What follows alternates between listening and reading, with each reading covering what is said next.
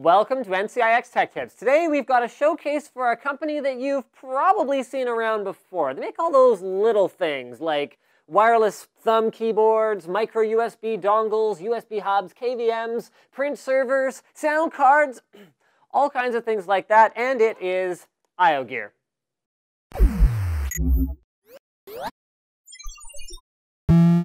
Now let's suppose for a moment that you haven't heard of IOGear before. I guess they would probably describe themselves as a company that tries to innovate in the way that your computer and your devices are all interconnected. So, for example, they're the market share leader for KVMs and also known for wireless HD audio and video products.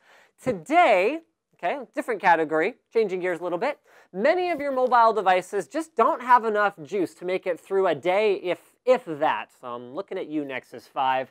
So there's a lot of companies moving into this mobile power bank space. Patriot, Mophie, Momax, etc. Now IOGear has created their lineup of power banks, the GMP2K, the GMP7K, and the GMP10K. We'll start with the GMP2K. It's got a 2400 milliamp hour battery, it's only 0.4 inches thick, weighs less than 3 ounces, and can charge an iPhone 5 with power to spare. It has a 1 amp output, so that means it charges up in about 2.5 hours, and is perfect for business travelers, people on the go, heavy daily users, etc. You can actually put both this and your phone in your pocket if you are a little bit, creative about how you jam things in there and how you run the wires in order to charge your phone while you've got it conveniently tucked away.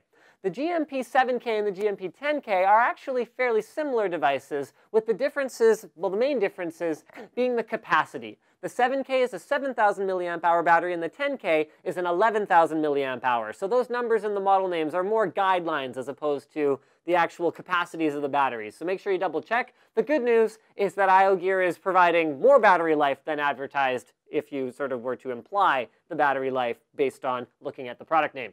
So they both feature 2.1 amp outputs for faster charging, so for a single device, or 1 amp for 2 devices at the same time. However, the 7K has a neat trick. So you can actually use either of the 2 ports, which are both labeled 1 amp, to provide 2.1 amps, and it'll intelligently go, okay, you've got 2 things plugged in, so we're going to give 1 amp to each, or you've got 1 thing plugged in, so we're going to give 2.1 amps to one of them.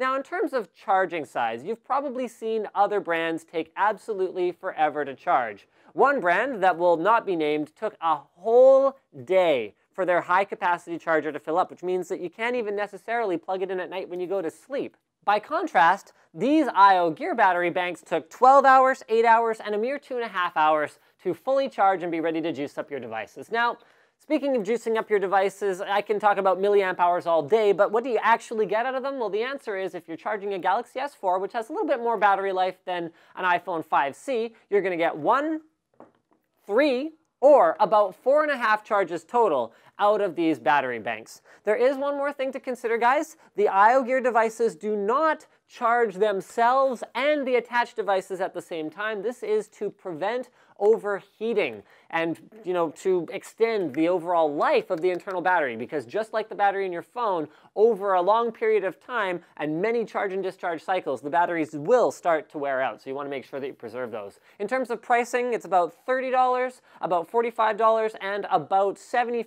$80 for the high capacity one, but depending on, things going on sale or whatever else, make sure you stay tuned for that. They could be had for even less than that. So in terms of the conclusion, guys, do you need a portable battery bank? I guess it depends. Do you find yourself running out of battery on your phone? Do you find yourself on long flights wanting to enjoy movies without actually having enough battery life? So again, this is another way of me saying, do you run out of battery life on your phone? Or finally, do you run out of battery life with your tablet or really anything else that charges via USB? If the answer is yes, then I think you know what the solution is. For example, this Google Glass right here runs out of battery life all the time. So I was actually thinking I could strap an IOGear battery bank to it, actually probably on the other side, because right now it's a little bit right side heavy anyway. So I could balance it out and run a USB cable around to the charging port at the same time, eliminating 2 birds with 1 stone. Thank you for checking out this episode of NCIX Tech Tips. Don't forget to subscribe for more videos like this from ncix.com.